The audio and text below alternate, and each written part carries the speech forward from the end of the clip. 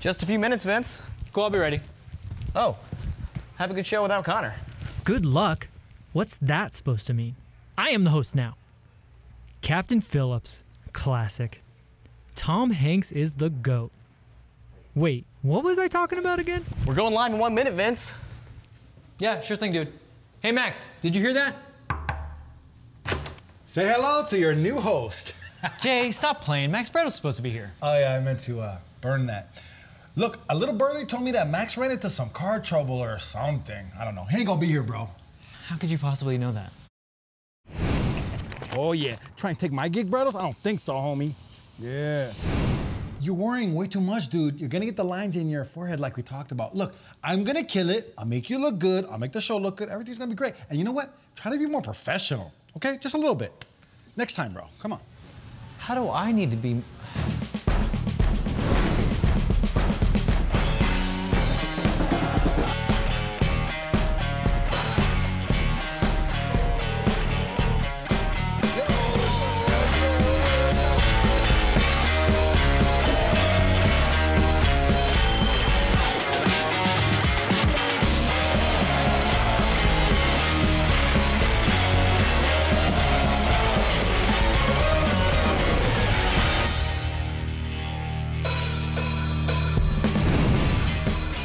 What's up, everybody? Welcome to the 110 Football Show. I'm your host, Vince LaRosa, and joining me was supposed to be LAFC's Max Brettos.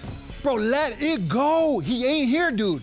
But that doesn't matter because you got a serious upgrade. Uncle Jay is in the house, baby. Dude, it's all going to plan, just like my vision board, bro. Vision board? What is that? Wait, is that my body? Your head on my... And why Carlos Vela? Bro, I'm sexy, bro. I am so sexy with those legs. Look at that. My legs are a little thicker than Carlos, but I think I look good right there, bro. All right, Jay, never mind. I got this. I'm going to call Max Brettos. We'll get to the bottom of this. Hold on. Call Max Brettos. Yes! Oh, Max, thank God. You've reached Max's voicemail. Leave a message. There's only one thing I hate more than people that are late. It's people with joke voicemails. They're the absolute worst. Bro, just give me a shot, please, dude. I already told my abuelita. Bro, she's gonna see her little mijito on stage, bro. It's gonna make her day, bro. Please, dude, give me a shot. Only because I would hate to disappoint your grandmother. Yes. So I'm gonna give you a shot. We're gonna do the highlights from LAFC's last two matches. But please, please do me this favor. Keep it PG-13. I keep a Paul George. I'm more of a LeBron guy. Let's go! All right, Jay, let me take you through this. Oh, yeah. Oh, cool. Oh, I like those jerseys. Those jerseys are tight. I got one of those.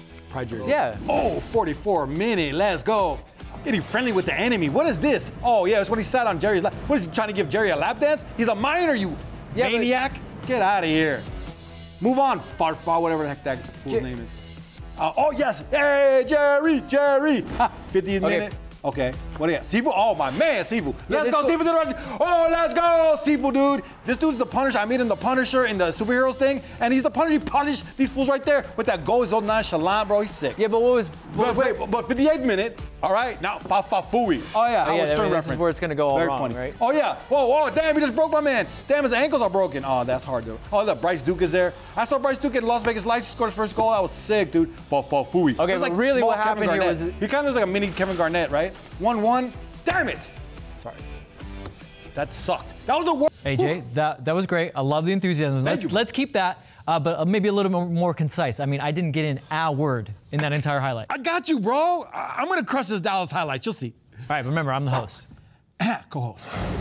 I'm on fire, bro. Let me start this. I got this, bro. Okay. I'm gonna be succinct, like you said. Succinct. Carlito, let's go. All right. Well, good, because LAFC was succinct, and they got right on the board right away. Our boy's back. Classic. Our boy is back. Look at that Carlito. touch. Do you see the soul just disappear from that defender? I think the soul just ripped out of his skull right there. Carlitos, goal! All right, you're getting better. You're getting better. I think Sifu, this was one of his best games. Long distance shooting, great dribbling, really powerful. He's like a tank out there, man. Si fantastico! This guy, thank God this guy didn't spoil. Mauer. I think he's mauering the enemy, like mauring? Is that the right way to say it? Mauer. So he's mauering the enemy? I don't think that's a word, bro.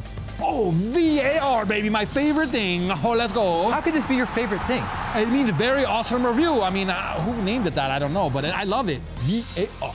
You're not, I mean, you're close. It's not quite there, but this is no one's favorite. The only reason it's our favorite because we got to celebrate. Vamos! Ha ha! Yeah! Okay, I kind of like Varmos. What is Standings. this? Wait.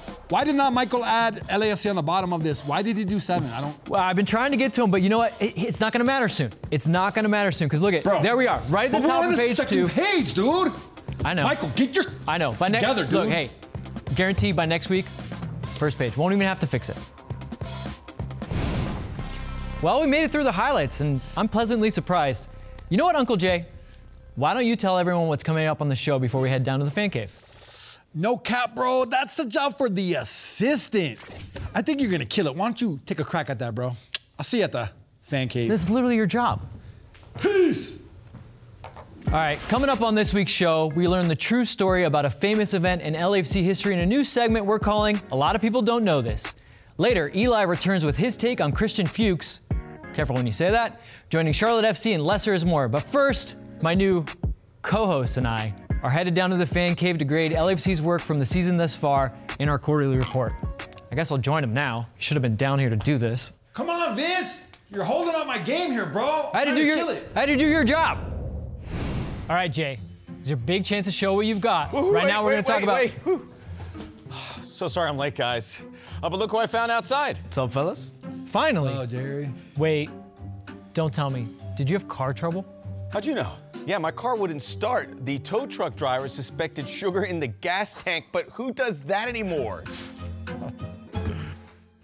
Oh.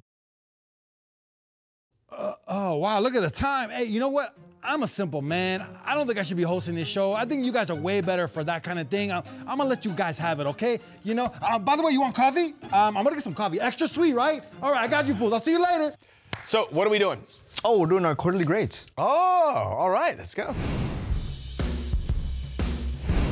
We're 8 games into the schedule, which is 23% of the way into the season, but we round up here at 110 Football. So it's time to give out some first quarter grades to LAFC. They're number 1 on the score sheet and number 1 in our hearts. So why don't we start with the goalies and the combined category of goalkeepers and defense? Gentlemen, are you ready? Of course, born ready, Max. So goalkeeper and defense, I gave it a B-. I'm basing it off of last season. Last season, let's face it, we had 2 goalkeepers. We were looking for 1. Defense was hemorrhaging goals in a lot of situations. So I think it's a step in the right direction. But still B- if we've That's a little... figured it out? Why should... Look, listen, you've got to be very tough with these guys because remember what Bob says, everyone helps out defensively. And they're still giving up goals they shouldn't, so yes, B-. Go back to the glory days, man, right? Glory like days. you were saying, we had When were the glory days? Listen. But I want to look at the defense. The defense is very sloppy and just everything doesn't seem like the way that we were a couple years ago when we had the goal differential so high. You're saying sloppy, but I'm going to throw this at you. Good. We've given up the fewest shots and shots on target in the league. And not just in the conference, in the league. So if we're talking about defense, it doesn't seem so sloppy to me. Well, we can't hold the leads. We can't hold the leads. That's fair. You gave me grief for B-, but you gave it a B- also. Well, because I think it's a B-, because a little bit to your point. Oh, thanks for clearing the air on that. I think it's a B. Well, no, because they've been good. Because I just gave you that stat about the fewest shots given up. I mean, that's really at the end of the day, that's the best way to judge your defense is the shots that you give up. They attack from front to back. They defend from front to back. I think that's everybody. Midfield, here we go. We're all close. Good that Vince and I have a different number there. Plus. The midfield that's been a steady situation from the last years. Better than they were in years past, no. But still a steady group, consistent. You know you can put them out there. I know that C to me is closer to a D in their estimations. They don't want to see. They don't want to be called a C. This is a B+ midfield normally. I think they've all been good kind of individually, but never all at the same time. So that's why I kind of started them off as like a C grade. The plus is that I do think in certain instances, Edward Atzwest has been really good. Mark Anthony Kaye's been really good. Sifu, as you said in the last match, probably his best game. Bob said it after the game. Yeah, it was his best game. What I'm missing a little bit is they're not totally taking over games. Defensively they are, but offensively. That's never happened. Shot creation, goal creation. I mean, maybe we need a little more goals from midfield. I mean, if your attack's not filling in the gaps, we've got talented guys that can score some goals. Well, I think there should be more creativity in the way you're saying it, and just the midfield needs to take more risk. That's the way I see it. Tell me about risk. Like in what ways? Like going forward or taking go chances forward and actually, you know, the way us fans, and as a fan correspondent, the way we see is that in Bob's system, there's a lot of building up, trying to get into 18-yard box and just try to slot it down where Corey Bear's out back post. No, let's just take some shots from the top of the 18. Let's get a rebound off of that. And they tried some against the Dynamo. You see Bryce Duke, he's killing it in Vegas, and he shows up in this Houston game. He had a few shots. He took a little bit of risk as well. Yeah. Get a few shots on target. So I think why aren't they playing like they did? Maybe a little bit too much, Rich. What's wrong? Is there something in the front, in the back? Is there something in the build-up that they're not playing as well as we saw them in 2019? Remember in that time of the supposed glory days, as I keep saying, we looked at that team, and the biggest criticism was, can they hold leads? I know that's still a thing that we kind of have, but as much as they had pedal to the metal, was that detrimental to them holding leads? That could have been what Bob is thinking of when he's constituting this kind of pragmatic approach. I like to put the pedal to the metal, but my car won't start for some reason. But anyway, let's move to the attack. Good callback there. Yeah, let's go to the attack. Vince, Jerry. Wow. God, I feel like. No, I think you have to explain yourself. Exactly. Mr. Nice Guy over I think here. I was good over here. Go ahead, Max. Just Explain a C yourself. minus? Yeah, because they've been on their best behavior, you know. Oh, so they haven't been tardy. They haven't been tardy. They've shown up with a good spirit. There's been injuries, so I can't really include that. Vince came in hard, but you came in with a D minus. You basically failed this attack. Yeah, I did. Yeah, what is stopping you from giving him a full F? Well, the fact that Corey Beard, I actually really like him. He's the only one who's been showing up. When you look at the 2 DPs that we have, out of the 3 that we're missing, you know, he's the guy on the street that we just picked up, and he's been killing it. But yeah, man, if I come home with this kind of grade to my dad, you're in trouble. I'm in trouble. They've actually gotten a little bit better. Shots are starting to creep back up. A little bit. Bigger chances are starting to creep back up. So at this point, why I kept them at a D was because they're not finishing those chances. I mean, LAFC is well behind what their XG should be. And for those that, as I've dropped this stat around, XG is kind of the percentage, the historical percentage of the shot that you created, how historically that has gone in. And they've been creating some bigger chances, not finishing. They're a full 3 goals behind where they should be. Who takes this data? Is that something? I don't know. I love it. You know what? I'm a journalism major, so I don't do math no more. 2016. Nerds. Computer learning. How do you fix it, or is this you just keep going at it with this trio? What's weird is what I would normally say is you do keep going at it because the familiarity between Rossi, Vela, and Baird, and actually we saw some in preseason. It looked really good. The movements were all there. But now we're getting in the part of the schedule where you got games every 3 days. You can't really do that. You're going to have to move some guys out. Although I think as Carlos is going to need games, he's going to just kind of stay in there. He might get subbed a little early. Yeah, you'd like to see just a guy step up, but that's not really a solution. That's just kind of wishful thinking and hoping that they continue to create chances and it comes through. Great work, guys. Hard to believe we're a quarter of the way through the season already, but we are. If I had hair, it'd be gray. I have hair and it's gray. But I want to take you back to something that happened way back in April of 2021, all the way back to the first match of the season when Carlos Vela was a surprise substitution in the 22nd minute. We know now that there might have been some miscommunication between Vela and LAFC head coach Bob Bradley, but there's still a lot more to this story, and we're here to tell it in a segment that we're calling A Lot of People Don't Know This. Hi, I'm Connor Kolopsis, and welcome to A Lot of People Don't Know This, a segment that dives deep into soccer's most infamous moments and reveals what really happened. Our first episode goes way back, all the way to the first LAFC game of the season. You probably already know about the substitution mishap that went down between Coach Bob Bradley and superstar Carlos Vela. Or so you thought. Let's find out what really happened. 22 minutes into the game, Vela chases a slightly overhit pass from Danny Musovski. He stretches for it, misses, and goes down. Many, including myself, immediately assumed injury. Not true. Oh, wow! This grass is so lovely. Oh no! What's this? Fun fact, Carlos is a huge fan of agrostology, or the study of grasses for you lay people. When Carlos went down, it wasn't because he was injured. He noticed a spot of turf in need of some TLC. Knowing Bob was also a lawn connoisseur, he motioned for his coach to send some fresh sod. I know that signal. There's a lawn in need. The universal symbol to make a substitution in soccer is the circular motion of the hands and fingers. Carlos did not do that. His was more, come here and bring sod. Carlos, not really trusting that Bob Bradley understood which grass to bring out, needed to go to the sideline to choose personally. No, I'll come to you. It's a special variety. A lot of people don't know this, but Bob Bradley and Carlos Vela are the most competitive about grass maintenance. Bob saw Carlos walk away from the area in need, and assuming he knew best, sent Opoku in to handle the situation instead. What the heck, Bob? Knowing full well that if the world found out about their joint love of horticulture, it may be distracting to other players and cause an end to their real passion. So they invented the false substitution store. A lot of people don't know this. But now you do.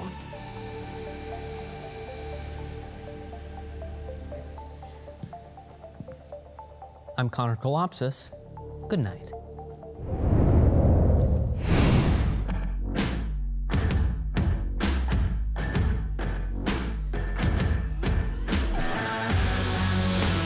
And Eduard Atuesta takes advantage.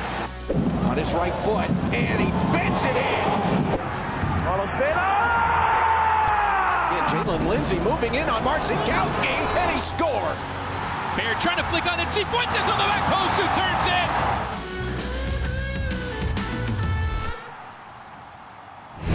in. All right, of course, Connor isn't here, but we'll still somehow find a way into the show, which means he's probably going to find a way to beat me in players to watch this week.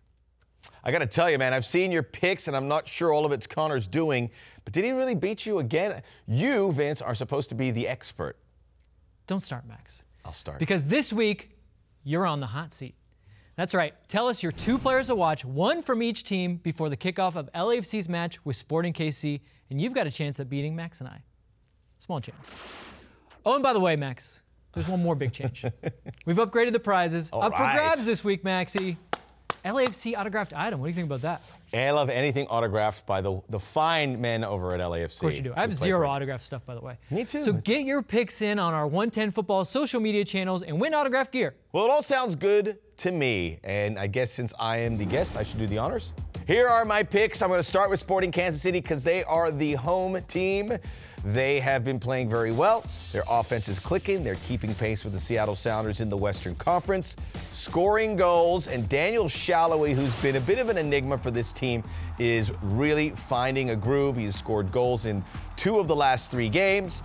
He has some guys who work really hard around him, and Gianluca Busio. The fullbacks get up as well, so look for them to try, hopefully just try, and set up Salloi in this game. You brought stats. I did. Wow, you came accurate prepared. Stats, too. I'm glad you come prepared for this show. Okay, now the LAFC player I have. Okay. So Pablo Cisniega didn't play on Wednesday. Wait. Are you picking a goalkeeper? I am picking a goalkeeper. Pablo Cisniega didn't play. Thomas Romero came in. Cisniega is going to come back. And for the same reasons I just brought up, because of the Sporting Kansas City attack, they're going to be peppering this goal, especially since they're the home team. I expect Pablo to be busy, but I expect him to be effective. And maybe I foresee a penalty, a very dodgy penalty given to Sporting, and Pablo's going to save it. All right. That's points-a-palooza. Well, I feel very good about this because you picked players on opposite sides of the spectrum. You're kind of having your bets there. I don't love it. But I'll start with my first pick from Sporting KC. It's Daniel Salloi. You looked at my However, I do like him. I'll say why I like him. I like him for all the reasons you like him. 2 goals in the last 3. I'm going to give you that little bit deeper metric. He's actually been the best player in a metric called G+, which means he's contributing both goals, assists, passes, progressive passes, dribbling. That's why I like him. That's how you score points to win. Now, where I'm going to beat you. Wow, you're geeking out hard with these stats here. G+, what? Look, you hedged your bets by going a goalkeeper and an attacker. I went 2 attackers. Corey Baird's my other pick. Corey Baird's been arguably LAFC's best attacker. He does everything. He runs beyond the defense, and I feel like he's due another goal. He's due another goal. And this Sporting KC team, to your point, they've been good offensively. Not so sure about the defense. Still a little bit shaky. So 2 offensive guys. I agree with you. This is going to be a game for the offense. I like my chances. I hope you do well, with the exception of the G-Force, whatever, Daniel Salloi. G+. Now, if I win, are you really going to send me something autographed by an LAFC player? Because I'll be happy to receive it. Fans only. But how about a consolation prize? I'll let you tee Eli segment. Fantastic. Winner, winner, lobster dinner. Eli Lesser has so many MLS takes, he can't contain them to just teams in the league. Last week, it was Vegas possibly joining MLS. This week, he's focused on a team that hasn't even started play yet, Charlotte FC, and their newest signing. We have big news and we have bigger news. First, the big news. Charlotte FC recently signed Leicester City left back Christian Fuchs. That's somewhat cool, but now the bigger news, he gave me a follow on the old Instagram. I know, super dope. Now quiet down, I have some thoughts. Fuchs is 35 years old. When an MLS team signs an aging star from Europe, people always criticize MLS and label it as a retirement league. To this I say, who gives a Fuchs? Oh sure, they pretend to hate it when guys like Zlatan, Wayne Rooney, or Didier Drogba come to the league. Deep down, it loves it. And so do I, because they're so polarizing. I mean, would you rather get to see soccer legends play against your local club or not? You would. So pick a number between 1 and shut up now. People shouldn't be so angry at signings like this. Don't make me angry. You wouldn't like it when I'm angry. Is Fuchs at the same level as a Rooney or an Henry in terms of global recognition? You can take my word for it, or we can cut to our global correspondent Chip in Moscow, Russia. What's that? We don't have one of those. Okay, copy. The answer is, of course not.